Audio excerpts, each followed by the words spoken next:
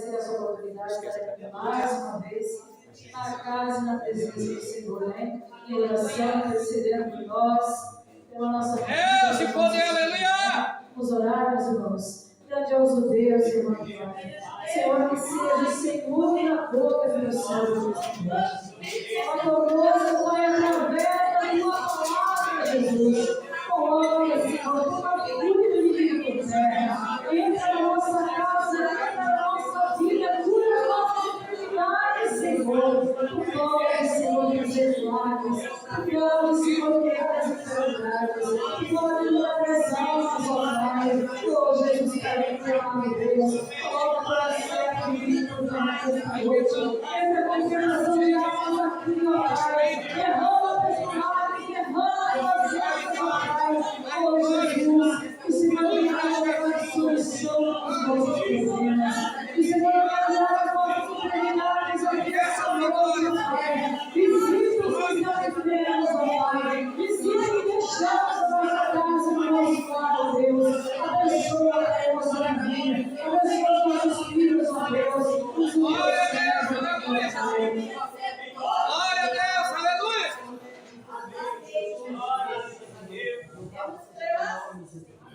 Vamos receber o céu, Deus, chegando uma salva de palmas.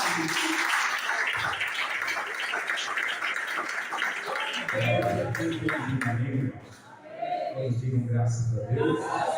Cumprimento a todos na paz do Senhor Jesus. Amém? Sinta a paz de Jesus, diga glória a Deus. Então bate palma para Jesus. Glória a Deus. Deus abençoe a presença de todos os irmãos e irmãs, né? Que atenderam aí o chamado de Deus, do Espírito Santo, que estão aqui para glorificar a Deus, ouvir a sua palavra e também ser tocado pelo Espírito Santo. Glória a Deus, aleluia! A cada um de vocês. Eu não quero enfadá-los, então pega a Bíblia na mão, tá bom? Vou procurar liberar vocês cedo. Cedo que eu tive é não deixar amanhecer, né? Isso aí, bem, tá bom? Então, abra a tua Bíblia aí.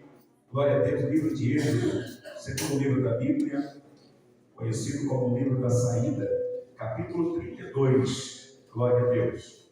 Estamos já no encerramento, né? Nos preparando para uma nova campanha, mas prossegue ainda a campanha. Ele levou sobre si as nossas dores e as nossas enfermidades. Isaías 53:4 é o tema desse trabalho de sexta-feira, tá bom, meus irmãos? Êxodo, capítulo 32, e versículo 1. Vamos ler algum versículo para nós meditar na santa palavra de Deus. Vamos crer no teu milagre, diga amém. Amém. Eu também creio no meu. Amém, irmão? Nós cremos no nosso milagre. Quem encontrou o texto, diga amém. Amém. Glória a Deus, que está procurando, diga misericórdia. Então pode procurar, a gente espera. Aleluia. Irmãos, eu quero dar um tópico aqui já, dia 17 desse mês, tá bom, irmãos? Dia 17 desse mês. Vai estar aqui o jovem Guilherme, ali da sede estadual de Florianópolis, né? Marcamos esse trabalho com ele, né? Nós estamos ali com frequência e marcamos para ele estar aqui dia 17 desse mês. E eu convidar a todos os irmãos para se fazer presente conosco. Já botei compromisso em cima da irmã obreira, né? Para nós fazer um cachorro quente aqui nesta noite, tá bom? Vai ser dia 17, é sexta-feira, se não me engano.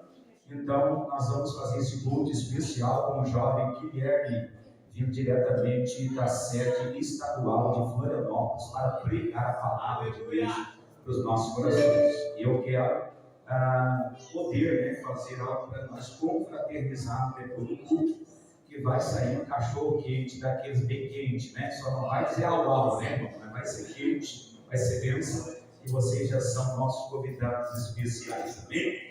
Vamos ver o texto bíblico, diz assim, Êxodo 32, versículo 1. Mas vendo o povo que Moisés tardava em descer do monte, acercou-se de Arão e disse: levanta-te, faze-nos deuses, que vão adiante de nós, porque quanto a este Moisés, o homem que nos tirou da terra do Egito, não sabemos o que lhe sucedeu. E Arão lhe disse: arrancai os pendentes de ouro que estão nas orelhas das vossas mulheres e dos vossos filhos e das vossas filhas, e trazei-o a mim.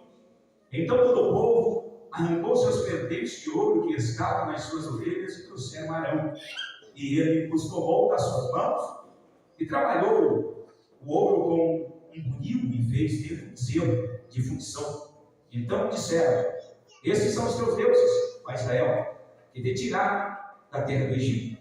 E Arão, vendo isso, edificou um altar diante deles. Então apregou Arão e disse: amanhã será festa ao Senhor. E no dia seguinte madrugaram e ofereceram o holocausto, trouxeram oferendas pacíficas, e o povo assentou-se a comer e a beber, e depois levantou-se a folgar. Então disse o Senhor a Moisés: vai e desce, porque o teu povo que fizesse subir da terra do Egito se corrompeu, se tem corrompido e desprezado, tem desviado do caminho que eu lhe tinha ordenado.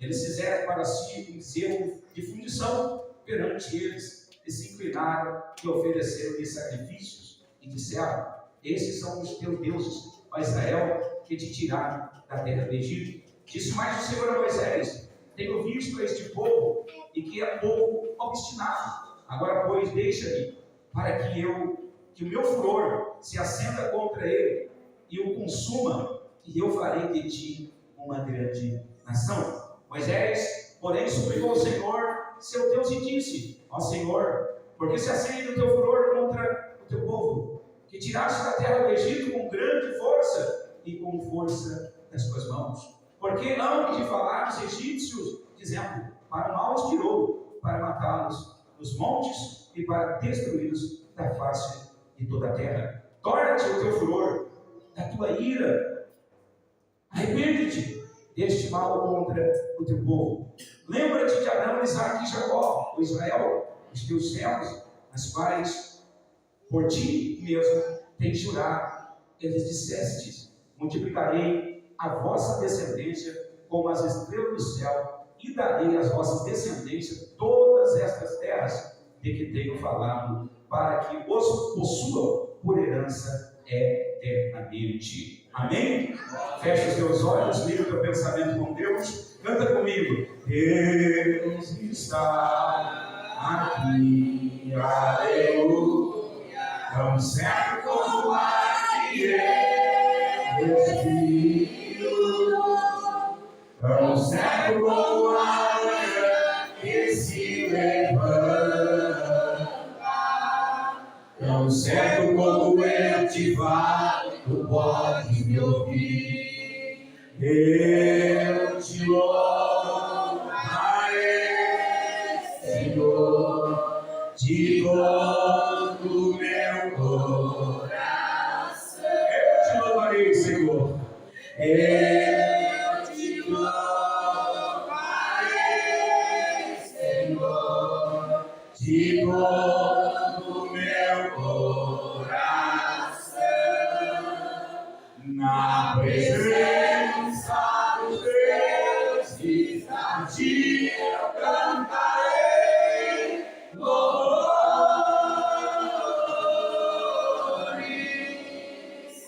Na presença dos deuses, a ti eu cantarei louvores. Eu te louvarei, Senhor, de todo o meu coração. Eu te louvarei, Senhor, de todo o meu coração. Na presença dos deuses, a ti eu cantarei louvores.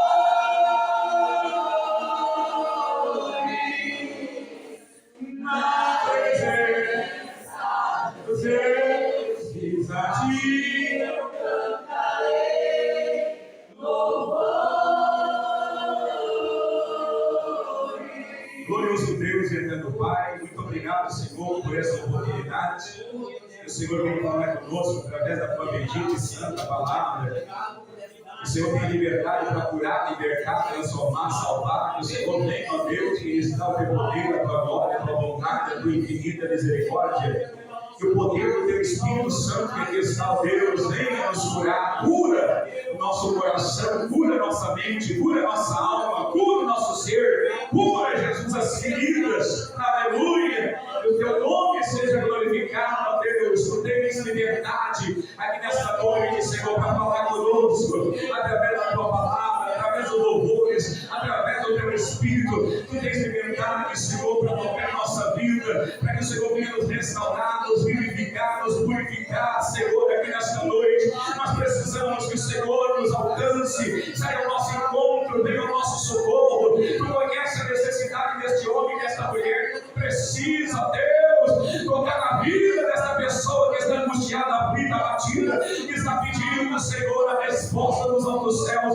Então entra com a tua providência dentro deste lar, nesta família. Ó Deus, resolve as causas insolúveis, resolve, Senhor, os problemas que estão tirando a paz do teu povo. Nós te pedimos e cremos na resposta dos altos céus, porque o Senhor já se faz presente em espírito e verdade em nosso meio, para que o teu nome venha a ser glorificado em nome de Jesus. E só quem crê, diga amém.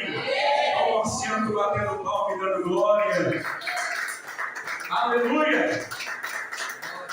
Bendito seja Deus que nos preparou, né, mais uma oportunidade. E eu fico pensando comigo todas as vezes que Deus me dá essa oportunidade. Eu tenho falado com os irmãos, às vezes o peso da responsabilidade daqueles que a têm nos consome por dentro. E confesso que a minha ausência aqui, nesses dias que não estou presente, tem nos acarretado uma preocupação realmente consumidora. Mas a Bíblia diz que existe tempo determinado por Deus para todo bom propósito. Eu ouvindo um sábio já instruindo o seu aluno e dizia que quem não cuida de si mesmo não pode cuidar de ninguém. Então, tem momentos na nossa vida que nós devemos nos enriquecer, ou ao contrário, né? O apóstolo Paulo disse que ele queria empobrecer assim para enriquecer a muitos. E é o que nós estamos fazendo agora. Nós estamos buscando conhecimento para aplicar um conhecimento pleno, bases sustentáveis e apoiado pela palavra de Deus e respaldado pelo Espírito Santo. Então, nenhum conhecimento está acima do aprendizado. Todos aqueles que têm um conhecimento, é necessário continuar buscando esse conhecimento, principalmente quando se refere à palavra de Deus ou ao conhecimento de Deus. Então, é isso que nós estamos fazendo. Eu não diria, parece que está sendo até contra a minha própria vontade, mas tem coisas que a gente não pode ficar resistindo, né? Eu vejo que é Deus que está trabalhando, então nós vamos continuar nesse intuito de nos enriquecer por um momento, tendo aprendizado para depois enriquecer a muitos. E eu me refiro à palavra de Deus, tá bom, irmãos? Então, é muito importante isso para quem o prega e principalmente para quem quer ter ouvintes, né? Porque eu não posso ficar falando coisas de mim em cima do altar, isso enfada, né? Mas quando nós falamos das coisas de Deus, essa nos edifica, nos fortalece, e é o que nós precisamos nos dias de hoje, né? Eu igualo, né? Eu faço uma comparação desse mundo em que nós estamos vivendo. É 1º de maio, que é o dia da mentira, de abril, né? Eu confundo sempre com essas datas, porque essa data para mim não significa nada. Mas em 1º de abril eu comparo, né, irmão, essa data, que eu não preciso nem ter dia, né, irmão? Aqui no mundo não precisa ter dia para mentir. A maioria do ser humano aprendeu essa prática, né? De tentar ocultar a verdade que vive ou que pratica, né? Ainda bem que Deus é um Deus onisciente, onipresente, onipotente, né? Por trás dos bastidores, e por isso que Deus, Ele hoje, pensa comigo, que Deus está impossibilitado de operar na vida de muitos. Por quê? Porque por trás dos bastidores da vida de muitos existe cheiro mal, coisas podres, né? E é por isso que Deus não consegue atuar, Deus não consegue se revelar, Um sábio já dizia que nós temos uma graça universal, que essa graça você não precisa fazer nada para adquiri-la. Irmão, graça, de graça, não precisa fazer nada. Sim, nós temos muitas graças de Deus manifestadas no ser humano, que você não precisa fazer nada, pode ficar dormindo em casa, que você recebe essa graça. Por exemplo, o ar que você respira, você faz alguma coisa? Não faz, né? É de graça. Você nem faz força para respirar, nem percebe que está respirando. E isso é de graça. É o fôlego de Deus. Que Deus colocou. Você faz alguma coisa para chover, para o céu da chuva? Não, né? Isso é de graça também, irmão. Tem coisas na nossa vida que são de graça, não precisa fazer nada. Mas tem algumas coisas que nós precisamos receber de Deus, que é preciso nós fazer algo. Tem que fazer, né? Principalmente quando é para Deus se revelar na nossa vida, né? Uma das primeiras coisas, segundo a Bíblia, que nós devemos fazer é reconhecer Jesus como Filho de Deus. É confessar Jesus diante dos homens, não só diante dos homens, mas também diante dos anjos. E quem faz isso, agora já está fazendo algo. Está tomando uma decisão indo em direção a Deus. Infelizmente, tem muitas pessoas que fizeram isso, mas se desviaram do caminho da verdade. Confessaram Jesus diante dos homens, mas estão negando Jesus diante dos anjos. É algo muito complexo, que só quem enxerga pelo olho do Espírito consegue entender essas coisas. O que nós estamos vivendo nos dias de hoje é aquilo que eu quero pregar. Vou tentar usar poucas palavras. Quase chega a ser uma apostasia dentro de cada um de nós. E nós estamos relutando com nós mesmos, querendo se fazer servos e servas de Deus. Mas na realidade nós estamos bem distanciados de Deus. E todo dia tem alguma coisa que quer nos afastar do Senhor. Impressionante que o ser humano ele se distrai muito fácil. E ele se deixa seduzir por coisas que isso vai levar o distanciamento do Senhor. Sem perceber, só percebe quando o tropeço chega e a queda acontece. Mas tudo bem, ainda que a Bíblia diz que o justo caia 7 vezes, todas elas o Senhor o levantará. Fico pensando no livro da saída, dos ícones, né? Eu vejo o livro da saída, etc. É tão profundo esse livro, dentro do seu conteúdo, que virou filme de Hollywood, não é, irmãos? Até hoje estão ganhando milhões de milhões em cima do texto do Êxodo, a saída do povo de Deus da terra do Egito. 430 anos dentro da escravidão. A história vocês conhecem, um resumo completo, mas bem curto. Uma promessa a Abraão: vou multiplicar a tua descendência, e nasce Isaac, Jacó e os 12 filhos, chamados Israel. Os 12 filhos, fome na terra. Venderam um irmão chamado José para o Egito para não ser morto. Promessa de Deus que o menor, então, regeria toda a sua família. E depois da fome, então desceram para o Egito. O próprio irmão foi vendido, sustentou eles no Egito pelos anos que ele estava governando. Depois da morte de José, houve um sucessor de Faraó, Ramsés II, e diz que esse Faraó não conhecia José e começou a temer então o povo de Deus. Por quê, irmão? Porque a promessa de Deus a Abraão, dizendo que Deus ia multiplicar a sua descendência, começa a se manifestar lá no deserto, na prova, no açoite, na Gósen, aonde esse povo estava escravizado e fazia com que o Egito fosse um dos maiores países em glória arquitetônica dentro dos seus obeliscos, das suas construções arquitetônicas. Diz que o povo hebreu fez com que o Egito virasse a primeira glória, ou a maravilha, conhecido como uma das 7 maravilhas do mundo, pelas suas pirâmides construídas no Egito. Essa multiplicação do povo de Deus ainda está dentro do cativeiro, porque a palavra de Deus ela não volta vazia, fez com que Faraó então olhasse para esses escravos como inimigos. Poderia haver uma rebelião. Por quê? Porque Gósen, as terras de Gósen, estavam numa alfândega perto da Síria. E os sírios muitas das vezes levantavam contra o Egito. E eles pensavam: se a Síria se unificar com o povo de Israel, que está em Goze, nós vamos ter problema aqui no Egito. Então Ramsés determinou que agora aquele povo não fosse tratado mais de uma forma normal, mas que eles realmente fossem tratados como escravos, com açoite e com opressor. E agora a multiplicação dos ais e das dores, os gemidos começa a aumentar no meio do povo de Deus. Para que não? Porque estava chegando o tempo, então, do povo de Deus colocar o gemido diante do Senhor. 430 anos e não tinha havido nenhum gemido. Mas quando o opressor começa a açoitá-los, começa a tratá-los de uma forma abrupta, cruel, a Bíblia diz que o povo de Deus se volta novamente para Deus. E começa a invocar o nome do Senhor.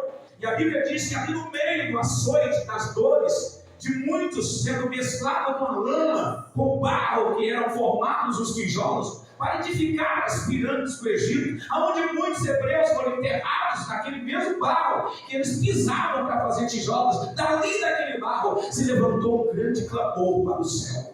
O céu começou a ouvir o gemido daquele povo que agora estava clamando pelo Deus de Abraão, de Isaac e de Jacó.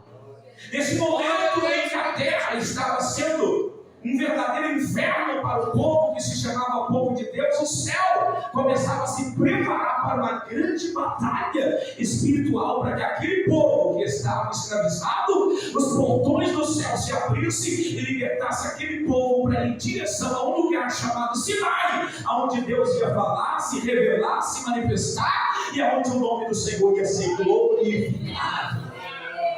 Deus é Deus. Fica imaginando eu tenho uma mente voadora, não preciso nem ter asa nas costas para voar, não é?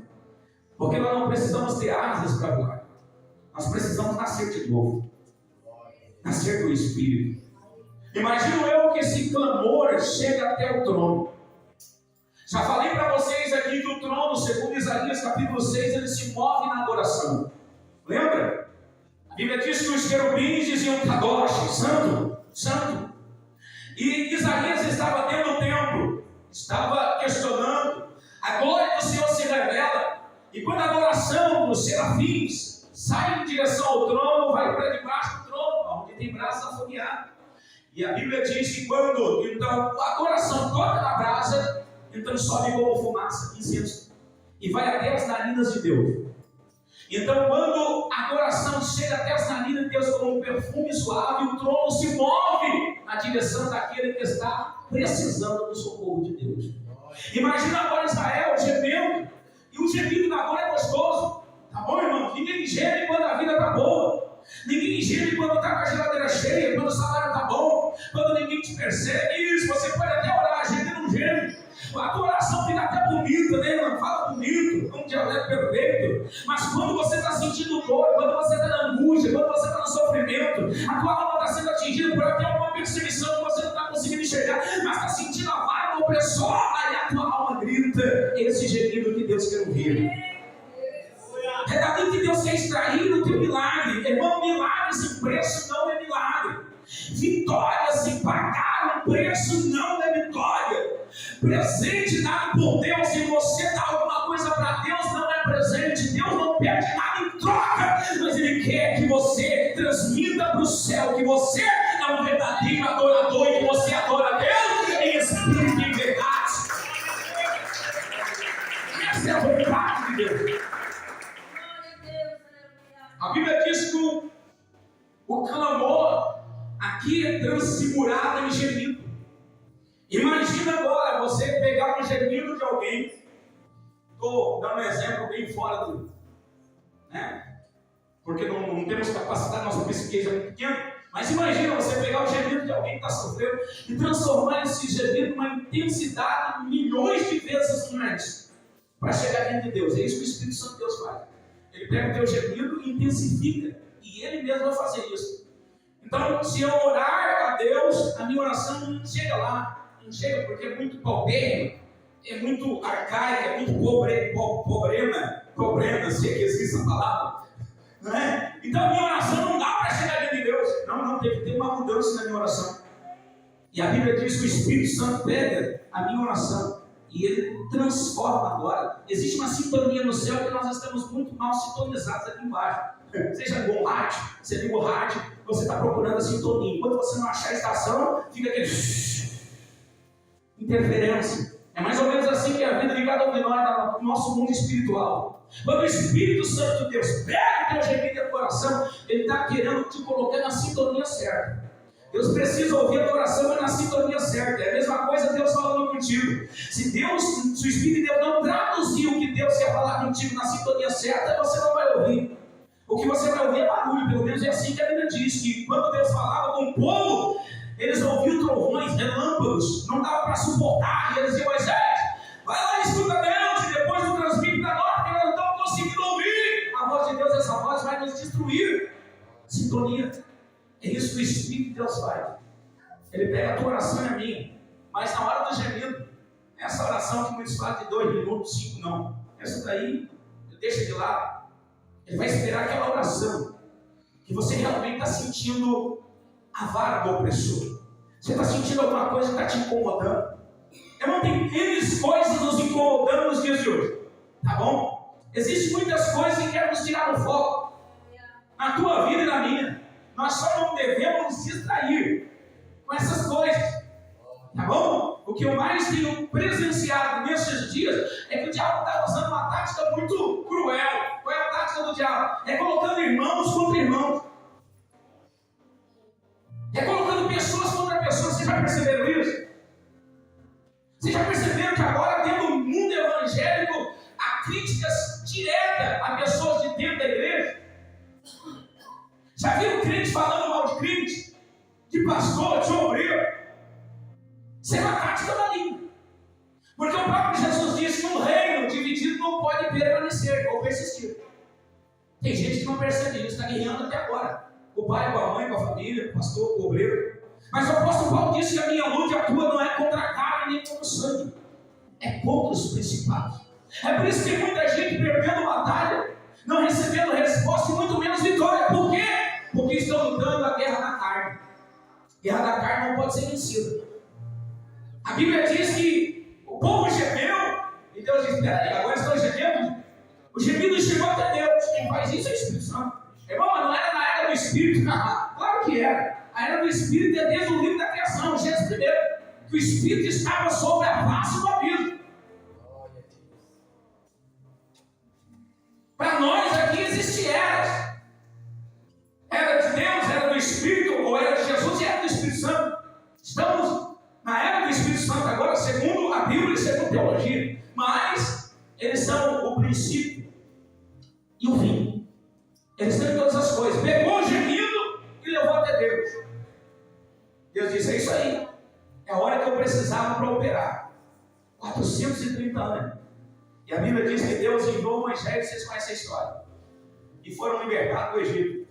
Uma porta se abriu. Glória a Deus, ninguém. E a Bíblia diz que eles saíram enriquecidos, porque Deus não tira ninguém pobre do cativeiro. Ninguém sai da luta sem receber a vitória, se passar a luta certinha. Ninguém chega com um pedido diante de Deus e sai sem receber resposta, a não ser que o coração dessa pessoa não esteja voltado para Deus. A Bíblia diz que eles saíram do Egito enriquecidos. Faraó